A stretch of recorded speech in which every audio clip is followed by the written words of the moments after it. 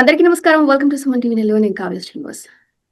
So Andhra premier లీగ్స్‌లో మన నెల్లూరు నుంచి Revanth Reddy national level recognition సాధించారు. 61 బాల్స్‌లో 126 రన్స్ సాధించి. ఒక నేషనల్ లెవెల్ రికగ్నైజేషన్ మన నెల్లూరు అబ్బాయికి అనేది it's not a simple and normal thing. So దాని గురించి చెప్పండి. అంటే ఇంకా చిన్నప్పటి నుంచి నార్మల్ క్రికెట్ అంటే బాగా ఇష్టం. సో ఏదైనా చాలా నేను ఒక ఫిఫ్త్ క్లాస్ నుంచి జాయిన్ అయ్యి స్టార్ట్ చేశాను ఇది. సో ఏదైనా సాధించాలి, ఒక నెల్లూరు నుంచి అయినా ఒక ఆంధ్రాకి మంచి ప్లేయర్ అవ్వాలి, ఇండియాకి మంచి ప్లేయర్ అవ్వాలని ఒక ఆశ ఉండేది. సో ఆ గోల్ వైపుకే రోజు దానికోసం ప్రయత్నిస్తూ ఈ ప్రాసెస్ లో ఈ ఏపీఎల్ అనే ప్లాట్ఫామ్ మీద ఇలా పర్ఫామ్ చేయడం జరిగింది. Yo okay. అండ్ మీ ఫ్యామిలీ బ్యాక్‌గ్రౌండ్ గురించి దాని గురించి షేర్ చేసుకుంటారా? అమ్మ హౌస్ వైఫే, daddy civil engineer. So present Hyderabad Kandukur అనే దగ్గర వర్క్ చేస్తున్నారు. So okay. డాడీ కూడా చిన్నప్పటి నుంచి బాగా ఇంట్రెస్ట్ ఈ క్రికెట్ అనేది. ఓకే. అండ్ మీ స్టడీస్ గురించి? డిగ్రీ సెకండ్ ఇయర్ చదువుతున్నాను, బీబీఏ చేస్తున్నాను present. Okay. So so main professional cricketer లాగే ఉంటున్నాను. మీకు ఇన్స్పిరేషన్ ఏంటి ఈ ఫీల్డ్ లోకి రావడానికి, క్రికెట్ లోకి రావడానికి? కేవలం మీ ఫాదర్ ఇంట్రెస్ట్ తోనేనా, లేకపోతే మీ పర్సనల్ ఇంట్రెస్ట్ ఏమైనా ఉందా? స్టార్టింగ్ లో ఇంకా ఇంట్లో అలా సమ్మర్ హాలిడేస్ లో నార్మల్ గానే అలా జాయిన్ అయ్యాను. సో జస్ట్ ఒక 2 ఇయర్స్ అలా రోజు జస్ట్ ఎంజాయ్ చేయడానికి వెళ్ళేవాడిని. సో తర్వాత నుంచి అలా క్రికెట్ అంటే చాలా ఇష్టంగా, అండ్ ఇంకా దాంట్లో చిన్న హ్యాపీనెస్, అక్కడ ఆడుతా ఉంటే చాలా హ్యాపీగా ఉండేది. సో అలా అలా ఒక 2-3 ఇయర్స్ ఆడి 10th క్లాస్ వరకు వచ్చినప్పుడు ఇంకా అప్పుడు డిసైడ్ అయ్యాము ఇంట్లో కూడా, నేను అంటే ప్రొఫెషనల్ క్రికెట్ ఆడతాను అని. ఓకే. సో ఆ ఫీల్డ్ లోకి అప్పటి నుంచి సీరియస్ గా ఎంటర్ అయ్యాను. ఓకే. మీ కోచ్ గురించి చెప్పండి రేవంత్. స్టార్టింగ్ లో నెల్లూరులోనే సుబ్బారెడ్డి స్టేడియంలో వెళ్ళేవాడిని. అక్కడ సాయి ప్రభాకర్ సార్ అని ఉండేవాళ్ళు. సో ఆయనే ఫస్ట్ కోచ్. తర్వాత డాడీకి కూడా పర్సనల్ ఇంట్రెస్ట్ ఉండేది. సో రోజు అంటే ఎప్పుడు నార్మల్ 6 to 8, తర్వాత ఈవినింగ్ 4 to 6 ఉండేది. కానీ మధ్యలో కూడా డాడీ వచ్చి బాల్స్ వేయడం, అక్కడ నెట్స్ తీసుకొని ఆ నెట్స్ లోనే ఎక్కువ టైం స్పెండ్ చేయడం. చిన్నప్పుడంతా డాడీ కూడా అలా ఉండేవాళ్ళు. ఎక్కువ డాడీ సపోర్ట్ ఉండేది ఫస్ట్ లో. ఓకే. మీకు నెల్లూరు క్రికెట్ అసోసియేషన్ నుంచి ఎలాంటి సపోర్ట్ ఉండేది అండ్ ఉంటుంది? 100% స్టార్టింగ్ నుంచి ఎన్డీసీ వాళ్ళు, సెక్రటరీ నుంచి అంతా, కోచెస్ నుంచి చాలా బాగా సపోర్ట్ చేసేవాళ్ళు. సో డిస్ట్రిక్ట్ మ్యాచెస్ నుంచి కానీ ఎప్పుడైనా ఏ అవసరం ఉన్నా జస్ట్ 1 కాల్ అవే ఉండేవాళ్ళు. ఎనీ టైం ఫోన్ చేసినా ఏమైనా సపోర్ట్ చేయడం కానీ, ఎప్పుడైనా లో ఫేజ్ లో ఉన్నా బ్యాక్ చేయడం కానీ, సో ఎనీ టైం ఛాన్సెస్ బాగా ఇస్తూ ఉండేవాళ్ళు, ఇస్తూనే ఉంటారు కూడా. చాలా బాగా సపోర్ట్ చేస్తూ ఉంటారు. ఓకే. అండ్ మీ రంజీ ట్రోఫీ గురించి చెప్పండి. రంజీ ట్రోఫీలో అండర్ 23లో 6 matches 339 runs. Am I right? Yes yes దాని గురించి, ఆ ఎక్స్‌పీరియన్స్ గురించి చెప్పండి. ఫస్ట్ అండర్ 19 18 ఇయర్స్ అప్పుడు, సో ఇట్లా కొట్టినప్పుడు తర్వాత డైరెక్ట్ 19 అప్పుడే 19 నుంచి డైరెక్ట్ గా ఇంక్లూడ్ చేశారు రంజీ ట్రోఫీకి. హ్మ్. సో అప్పుడు అంటే ఇంకా 19 లో బాగా పర్ఫామ్ చేయడం వల్ల ఆంధ్ర వాళ్ళు కూడా అంటే ట్రస్ట్ చేసి ఫర్దర్ గా రంజీ ట్రోఫీ డెబ్యూ చేశారు. హనుమా విహారీ అన్న క్యాప్టెన్సీలో ఆడినప్పుడు. సో బాగా అనిపించింది. అంతేనా అంటే అందరికీ అదొక డ్రీమ్, 19 లో అప్పుడు అలా సీనియర్ టీమ్ కి రిప్రజెంట్ చేయాలి అని. సో ఆ ప్రాసెస్ లో నాకు కొంచెం ఎర్లీగా వచ్చింది అనిపించింది. ఓకే. జనరల్‌గా ఈ ప్రాసెస్‌లో చాలా ఛాలెంజెస్ అనేది మనం ఫేస్ చేస్తూ ఉంటాం. ఏ ఫీల్డ్‌లో అయినా కూడా. ఇప్పటి వరకు మీరు ఫేస్ చేసినటువంటి మోస్ట్ డిఫికల్ట్ ఛాలెంజింగ్ విషయం అంటే ఏమైనా ఉందా? డిఫికల్ట్ అంటూ అలా ఏం ఉండదు. సో రోజు క్రికెట్ అనేది రోజు కొత్తగానే ఉంటుంది. సో ఈ రోజు 100 కొట్టాము అంటే రేపు ఖచ్చితంగా 100 కొడతాం అన్నట్టు కూడా ఉండదు. సో హ్మ్. అప్స్ అండ్ డౌన్స్ అన్ని ఉంటాయి. సో దాన్ని ఇంకా అంటే ఎంతైనా క్రికెట్ అంటే ఇష్టం కాబట్టి దాన్ని ఎంజాయ్ చేస్తూ ఇంకా ఆ ఆ ప్రాసెస్ లో ఏది వచ్చినా ఇంట్లో వాళ్ళు కూడా సపోర్ట్ చేస్తూ ఉంటారు. ఎనీ టైం ఇట్లా ప్రెషర్ పెట్టడాలు అవే ఉండవు. హ్మ్. సో అంత అంటే నేను ఎప్పుడు అలా ఫీల్ అవ్వలేదు ఇది ఒక డిఫికల్టీ అలా అలా గానీ. జస్ట్ ఎంజాయ్ చేస్తూ ఉంటాను. ఆ ప్రాసెస్ లో ఏదొస్తే అది తీసుకుంటా ఉంటాను. జస్ట్ దాన్ని బట్టి హార్డ్ వర్క్ ఏం చేస్తే బెటర్ అని ఆలోచిస్తూ ముందుకెళ్తాను. ఓకే. రేవంత్, జనరల్‌గా మన సౌత్ ప్లేయర్స్‌కి బోర్డ్ మెంబర్స్ నుంచి సపోర్ట్ ఎలా ఉంటుంది? అంటే ఆంధ్ర బీసీసీఐ, ఏసీఐనా? బోత్.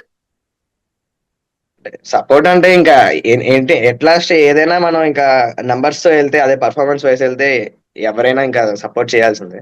ఓకే. కానీ మెయిన్ అదే, ఇంకా ఏదైనా ఎక్స్‌ఫాక్టర్ లాగా ఎక్స్‌ట్రాగా ఏమైనా బెటర్ గా పర్ఫార్మెన్స్ చేయడం, కన్సిస్టెంట్ గా ఉండడం ఉంటే సో ఎనీ టైమ్ సపోర్ట్ అయితే 100% ఉంటుంది. ఎప్పుడైనా గివ్ అప్ ఇంకా ఇచ్చేద్దాము అదే అని మనం కూడా అర్థం కాలేదు. ఎప్పుడైనా గివ్ అప్ ఇచ్చేద్దాము అని ఎప్పుడైనా అనిపించిందా ఈ ప్రాసెస్‌లో మీకు?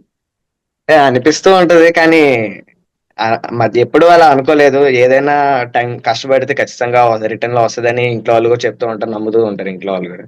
సో అందువల్ల ఎప్పుడు ఇంట్లో వాళ్ళ దగ్గర నుంచి ఎనీ టైం చెప్పినట్టు లోలో ఉన్నప్పుడు వాళ్ళు ఎప్పుడు నాకు నెగిటివ్ గానీ ఏం చెప్పేవాళ్ళు కాదు. సో ఎప్పుడు పాజిటివ్ గా ఉండేది ఇంట్లో అట్మాస్ఫియర్ కూడా.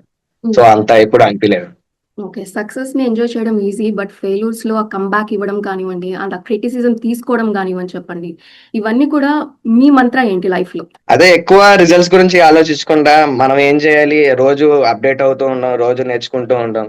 సో ఈ ఫీల్డ్ అనేది ఈ రోజు ఒక గేమ్ ఇలా ఉంది అంటే రేపు కూడా అలాగే ఉండదు. సో రోజు అప్డేట్ అవుతూ ఉంటుంది. సో దాని తగ్గట్టు మనం కూడా నేర్చుకుంటూ ప్రాసెస్ లో ముందుకెళ్తూ ఉండాలి. ఎప్పుడైతే రిజల్ట్స్ మీదకి వెళ్ళిపోతామో ఇంకా ఎక్కువ ప్రెషర్ కానీ స్ట్రెస్ లా అనిపిస్తుంది. సో ఎంత సింపుల్ గా ఉంచితే అంత బాగుంటుంది. ఈ రోజు ఏం చేయాలి, ఈ రోజు ఏం చేస్తే బెటర్ గా ఉంటుంది అనే ఆలోచన దాంట్లోనే వెళ్తూ ఉంటాను ముందుకి. Okay. Just enjoy the process. Results గురించి ఆలోచించకుండా. అంతేనా? ఇప్పుడు మీరు అంతే. యాహ్! ఇప్పుడు మీ కెరియర్‌లో ఇప్పటి వరకు సాధించినటువంటి ట్రోఫీస్ గురించి కానివ్వండి ఎక్స్‌ప్లెయిన్ చేస్తారా? నార్మల్ చిన్నప్పుడు ఆంధ్రాకైతే అన్ని ఏజ్ గ్రూప్స్ లో రిప్రజెంట్ చేస్తున్నాను. 14, 16, 19, 23 అండ్ సీనియర్స్. నార్మల్ 14 లో 2 ట్రిపుల్ సెంచరీస్ చేశానని చెప్పి ఏసీఏ వాళ్ళే అప్పుడు ఎంఎస్కే ప్రొఫెసర్ ఉన్నప్పుడు ఇట్లా ఇంగ్లాండ్ కి ఎక్స్పోజర్ టూర్ లాగా 1 మంత్ పంపించారు. హ్మ్. సో మళ్ళీ తర్వాత under 16 national level, zonal level వాటికి రిప్రజెంట్ చేశాను. సో 19 మళ్ళీ కరోనా వల్ల ఒక 2 ఇయర్స్ అలా బ్రేక్ వచ్చింది. అండ్ దెన్ మళ్ళీ 19 లో ఆల్ ఇండియా రన్ స్కోరర్స్ లో టాప్ టాప్ 2 లో ఫినిష్ చేశాను విత్ 880 రన్స్ కొట్టాను 6 మ్యాచెస్ లో. సో నా దాంట్లో నా కెరియర్ లో అదే మెయిన్ రోల్ ప్లే చేశాను. సో దాని వల్లే నేను సీనియర్ లెవెల్ కి ఇంక్లూడ్ అవడం కానీ, నెక్స్ట్ ఇయర్ 23 లీడ్ చేయడం కానీ ఆంధ్ర టీమ్ కి లీడ్ చేశాను. సో మెయిన్ అయితే అండర్ 19 ఏజ్ గ్రూప్ నుంచి స్టార్ట్ అయిందంటే ఎప్పుడైతే 19 తర్వాత నుంచే కొంచెం ప్రొఫెషనల్ కెరియర్ లాగా అందరికీ ఉంటుంది. సో అప్పుడు ఆ టైంలో అలా పర్ఫామ్ చేయడం కొంచెం మెయిన్ అయింది నా కెరియర్ లో. సో దాని తర్వాత ప్రెసెంట్ అయితే ఇప్పుడు మళ్ళీ ఏపీఎల్ లో భీమవరం బుల్స్ కి రిప్రజెంట్ చేస్తున్నాను. సో 6 మ్యాచెస్ అయ్యి సెకండ్ ప్లేస్ లో ఉన్నాను ప్రెసెంట్ విత్ ఒక 100 కొట్టాను మీరు చెప్పినట్టు ముందు. సో ఇంకా 2 మ్యాచెస్ ఉన్నాయి, తర్వాత నాకౌట్స్ ఉన్నాయి. ఓకే. మీ సో ఫస్ట్ మ్యాచ్ గుర్తుందా అండి మీకు ఎక్స్‌పీరియన్స్? ఫస్ట్ మ్యాచ్ అదే ఎన్డీసీ సుబ్బారెడ్డి స్టేడియం లోనే ఆడాను. హ్మ్. అంత గుర్తులేదు కానీ చిన్నప్పుడు కాబట్టి ఇంకా ఓహ్! అసలు ఎంత కొట్టింది ఎందుకు గుర్తులేదు, కానీ అక్కడ మ్యాచ్ అయితే ఆ స్టేడియం లో ఆడాను. ఓకే. అండ్ చివరిగా చాలా మంది యంగ్‌స్టర్స్ వస్తూ ఉన్నారు క్రికెట్‌లో. వాళ్ళకి మీరేం చెప్పాలనుకుంటున్నారు? 100% మెయిన్ ఎంతైనా చిన్నప్పుడు మెయిన్ ప్లేయర్ కన్నా ఒక పేరెంట్స్ రోలే ఎక్కువ ఉంటుంది. ఎందుకంటే ఇంట్లో ఉండేది వాళ్ళే, వాళ్ళు ఎలా తీసుకుంటారో అని ఆలోచన ఉంటుంది.